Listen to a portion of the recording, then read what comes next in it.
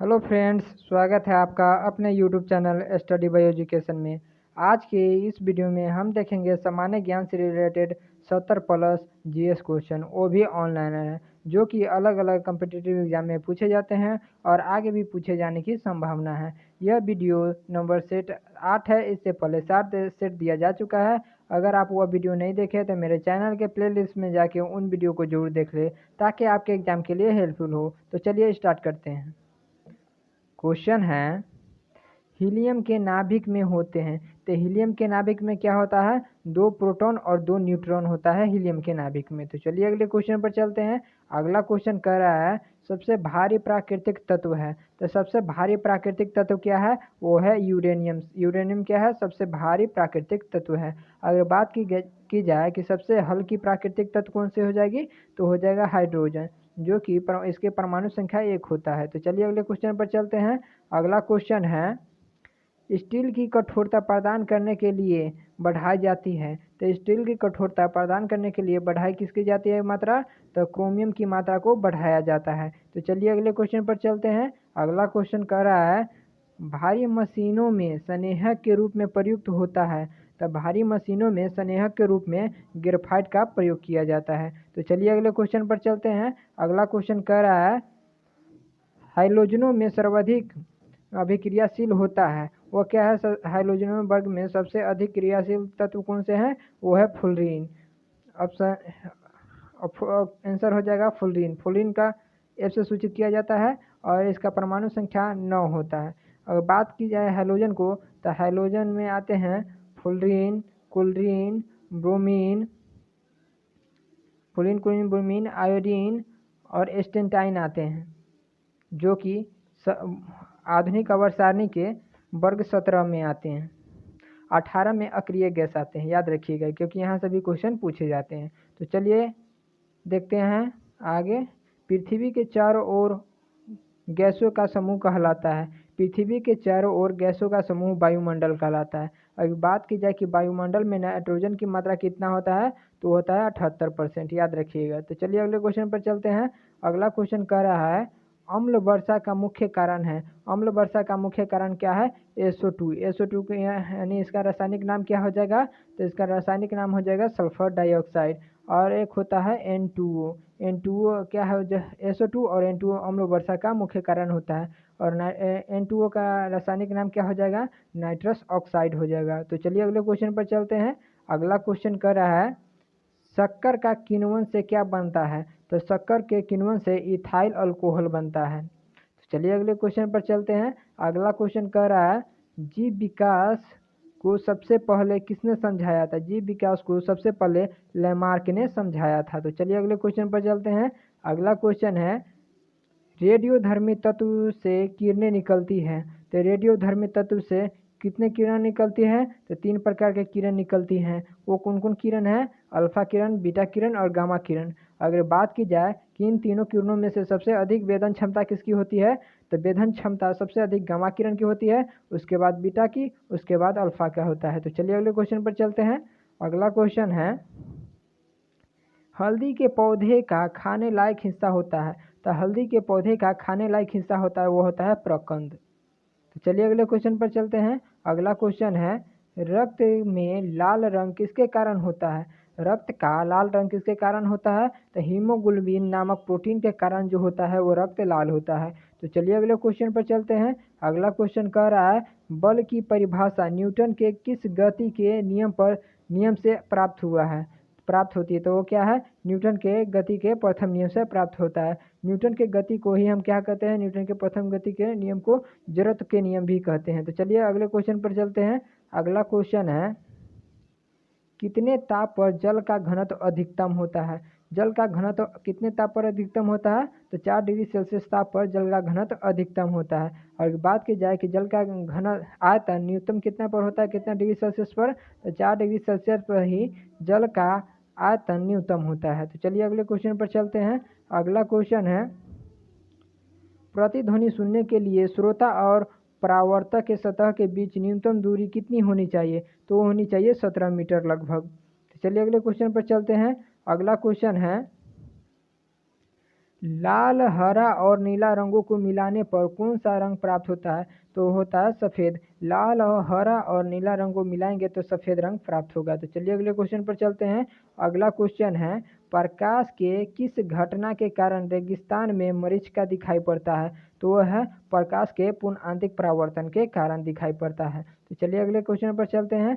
अगला क्वेश्चन है, ठंडक उत्पन्न करने के लिए रेफ्रिजरेटर में कौन सा द्रव उपयोग किया जाता है? तो ठंडक उत्पन्न करने के लिए रेफ्रिजरेटर में फ्रीऑन गैस का उपयोग किया जाता है।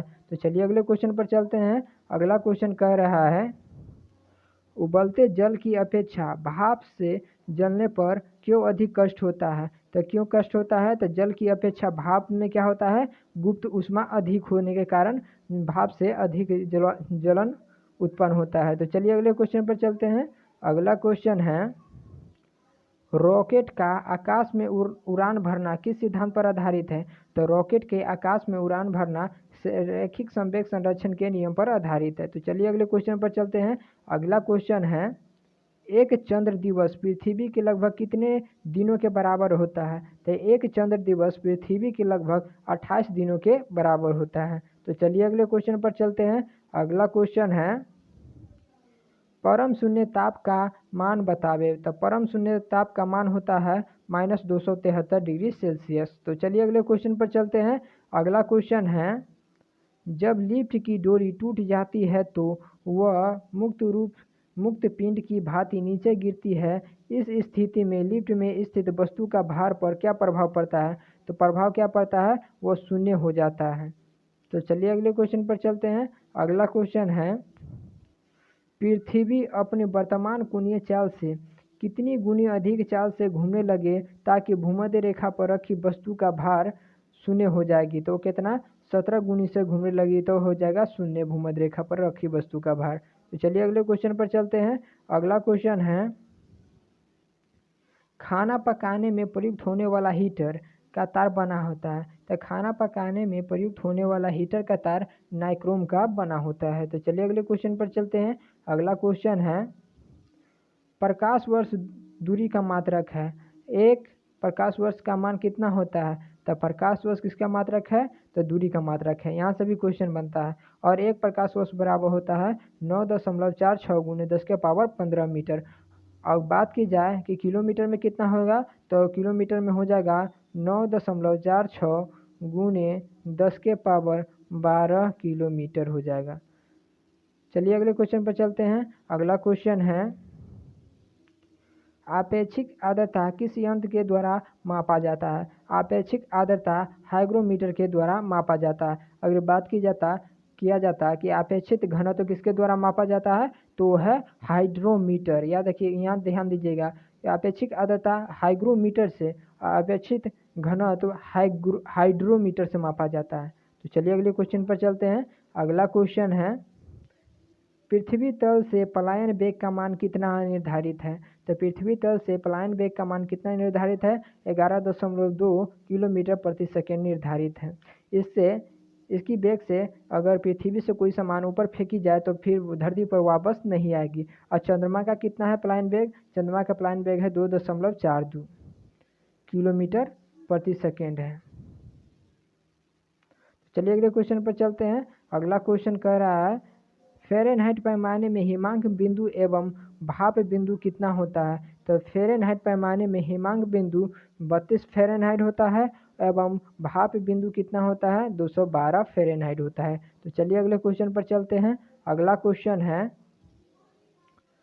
दूध की शुद्धता किस यंत्र के द्वारा मापी जाती है? तो दूध की शुद्धता लैक्टोमीटर से मापी जाती है। तो चलिए अगले क्वेश्चन पर चलते हैं। अगला क्वेश्चन है, किस वैज्ञानिक कारण से डिटर्जेंट में कपड़े अच्छी तरह धुल जाते हैं? वो हो जाएगा पिष्ट तनाव के कारण। तो चलिए अगले क्वेश्चन पर चलते हैं। अगला क्वेश्चन है, कितने हर्ट्ज तक की अनुभूति मानव अपने कान द्वारा अनुभव कर सकता है? तो वह है 20 हर्ट्ज से 20,000 हर्ट्ज जो होता है। जैसे श्रव्य ध्वनि कहते हैं। ध्वनि 3 प्रकार के, श्रव्य, अपश्रव्य, अपराश्रव्य। तो श्रव्य ध्वनि 20 हर्ट्ज से 20,000 हर्ट्ज की ध्वनि होती है जो कि हमारी कान सुन सकते हैं, और अपश्रव्य होता है 20 हर्ट्ज से नीचे की ध्वनि अपश्रव्य होता है, और प्राश्रव्य ध्वनि 20,000 हर्ट्ज से ऊपर की ध्वनि प्राश्रव्य ध्वनि होती है जो कि बिल्ली, चमगादड़, कुत्ता या सब सुन सकता है। तो चलिए अगले क्वेश्चन पर चलते हैं।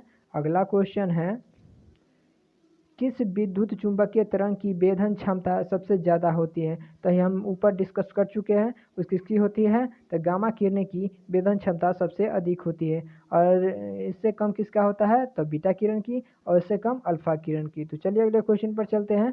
अगला क्वेश्चन है, किस कारण से वायुयान में बैठे यात्री के फाउंटेन पेन स्याही रिस जाती है? तो किसके कारण? वायुमंडलीय दाब कम हो जाता है, तो इसके कारण स्याही पेन का फाउंटेन पेन रिस जाती है। तो चलिए अगले क्वेश्चन पर चलते हैं। अगला क्वेश्चन कह रहा है, भू अस्थायी उपग्रह पृथ्वी से लगभग कितनी ऊंचाई पर स्थित है? तो वह है 36,000 किलोमीटर की ऊंचाई पर स्थित है। तो चलिए अगले क्वेश्चन पर चलते हैं। अगला क्वेश्चन कह रहा है, गुरुत्वीय त्वरण का मान अधिकतम कहाँ पर होता है? तो गुरुत्वीय त्वरण का मान अधिकतम पृथ्वी के ध्रुव पर होता है। और बात की जाए कि गुरुत्वीय त्वरण का मान न्यूनतम कहाँ होता है, तो कहाँ होता है? विषुवत रेखा पर होता है। तो चलिए अगले क्वेश्चन पर चलते हैं। अगला क्वेश्चन है, पानी में डूबी हुई सीधी छड़ी किस कारण से टेढ़ी दिखाई देती है? पानी में डूबी हुई सीधी छड़ी किस कारण से टेढ़ी दिखाई देती है? तो प्रकाश के अपवर्तन के कारण से टेढ़ी दिखाई देती है। तो चलिए अगले क्वेश्चन पर चलते हैं। अगला क्वेश्चन है, भारत का प्रथम न्यूक्लियर रिसर्च रिएक्टर कौन सा है? तो वो है अप्सरा। तो चलिए अगले क्वेश्चन पर चलते हैं। अगला क्वेश्चन है, गैसों और द्रवों में ऊष्मा का संचरण किस विधि द्वारा होता है? तो गैसों और द्रवों में ऊष्मा का संचरण संवहन विधि द्वारा होता है। तो चलिए अगले क्वेश्चन पर चलते हैं। अगला क्वेश्चन है, सूर्य के प्रकाश को पृथ्वी तक आने में कितना समय लगता है? तो लगता है 8 मिनट 20 सेकंड का समय लगता है सूर्य का प्रकाश को पृथ्वी तक पहुंचने में। तो चलिए अगले क्वेश्चन पर चलते हैं। अगला क्वेश्चन है, किस रंग के कारण किस रंग के प्रकाश का प्रकीर्णन सबसे अधिक होता है? तो किस रंग का प्रकीर्णन सबसे अधिक होता है? तो बैंगनी रंग का प्रकाश का प्रकीर्णन सबसे अधिक होता है। अगर बात की जाए कि किस रंग का प्रकाश का प्रकीर्णन सबसे कम होता है, तो लाल रंग का क्या होता है? प्रकाश का प्रकीर्णन लाल का क्या होता है? सबसे कम होता है। इसका तरंगदैर्घ्य सबसे अधिक पूछा जाए किस रंग का तरंगदैर्घ्य सबसे अधिक होता है, तो लाल का तरंगदैर्घ्य सबसे अधिक होता है, और बैंगनी का तरंगदैर्घ्य सबसे कम होता है। तो चलिए अगले क्वेश्चन पर चलते हैं। अगला क्वेश्चन कह रहा है, चिड़िया का आकाश में उड़ना न्यूटन के किस नियम का प्रतिपादन करता है? तो न्यूटन के तीसरे नियम का प्रतिपादन करता है। न्यूटन के तीसरा नियम कहता है क्रिया के प्रतिवर्ती क्रिया होता है। तो चलिए अगले क्वेश्चन पर चलते हैं। अगला क्वेश्चन है, पनडुब्बी में पानी के अंदर से बाहर की वस्तु को देखने के लिए किस यंत्र का प्रयोग किया जाता है? किसका प्रयोग किया जाता है? तो पेरिस्कोप का प्रयोग किया जाता है। तो चलिए अगले क्वेश्चन पर चलते हैं। अगला क्वेश्चन है, अवतल लेंस के द्वारा वस्तु का प्रतिबिंब किस प्रकार का बनता है? तो कैसा बनता है अवतल लेंस में? तो वस्तु से छोटा और सीधा बनता है। तो चलिए अगले क्वेश्चन पर चलते हैं। अगला क्वेश्चन है, लिफाफे पर गोंद लगा डाक टिकट किस बल के कारण चिपक जाता है? तो वो असंजक बल के कारण चिपक जाता है। तो चलिए अगले क्वेश्चन पर चलते हैं। अगला क्वेश्चन है, कान पर ध्वनि का प्रभाव कितने समय तक रहता है? तो कान पर ध्वनि का प्रभाव 1/10 सेकेंड तक रहता है। तो चलिए अगले क्वेश्चन पर चलते हैं। अगला क्वेश्चन है, किस तापमापी के द्वारा दूर स्थित वस्तुओं को किस तापमापी के द्वारा दूर स्थित वस्तु के ताप को मापा जाता है? वह क्या है? पूर्ण विकिरण पाइरोमीटर के द्वारा मापा जाता है। तो चलिए अगले क्वेश्चन पर चलते हैं। अगला क्वेश्चन कह रहा है, जब बर्फ पानी पर तैरता है तो उसका कितना आयतन भाग पानी के ऊपर तैरता है? तो वो कितना रहता है? 1/10 भाग रहता है जो कि पानी के ऊपर रहता है। इस वीडियो में इतना ही क्वेश्चन था। यह वीडियो आपको कैसा लगा कमेंट बॉक्स में ज़रूर बताएं, और इस वीडियो को लाइक और अपने फ्रेंड सर्कल में शेयर करें। और अगर मेरे चैनल पर नए हैं तो चैनल को सब्सक्राइब कर बेल आइकन को जरूर दबा लें, ताकि हम जब भी कोई ऐसे वीडियो डालें तो आपको टाइम टू टाइम नोटिफिकेशन मिलता रहे। इस वीडियो को अंत तक देखने के लिए आपका धन्यवाद।